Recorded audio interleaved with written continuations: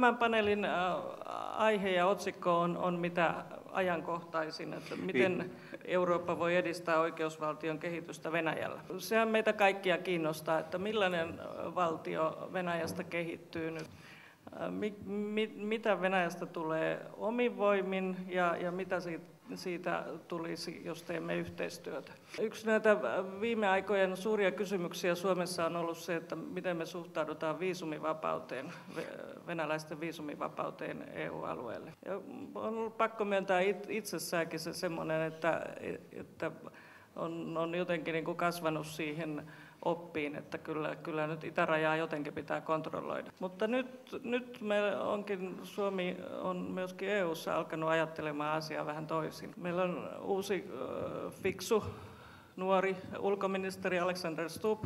Hän on haastatteluissa sanonut, että hän ei juuri ole Venäjällä käynyt eikä juuri Venäjää harrastanut. Niinpä hän ensimmäisen vierailunsa yhteydessä nyt sitten otti sen kysymyksen ja kysyi ihan, että no mihin sitä viisumia tarvitaan ja tätä viisumipakkoa niin kuin se nyt on.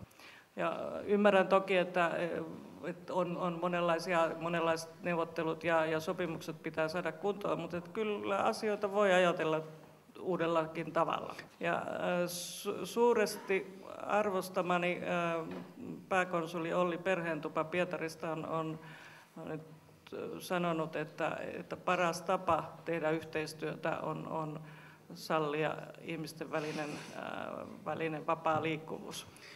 Ja nämä kommentit on pakottanut miettimään sitä, että olenko mä nyt jotenkin luutunut vanhoihin näkemyksiin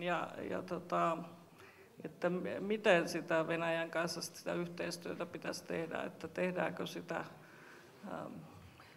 täältä käsin neuvomalla sanomalla, että tehkää näin, kun mekin teemme, vai voimmeko me mennä sinne ja tulla tänne ja teemmekö me sitä yhdessä ja keskustelemme yhdessä. Tämä kysymys minusta niin kuin se, että kehittyykö Venäjä itse vai voiko Eurooppa olla siinä mukana, onko meillä joku rooli siinä asiassa, niin se on tämän paneelin kysymys.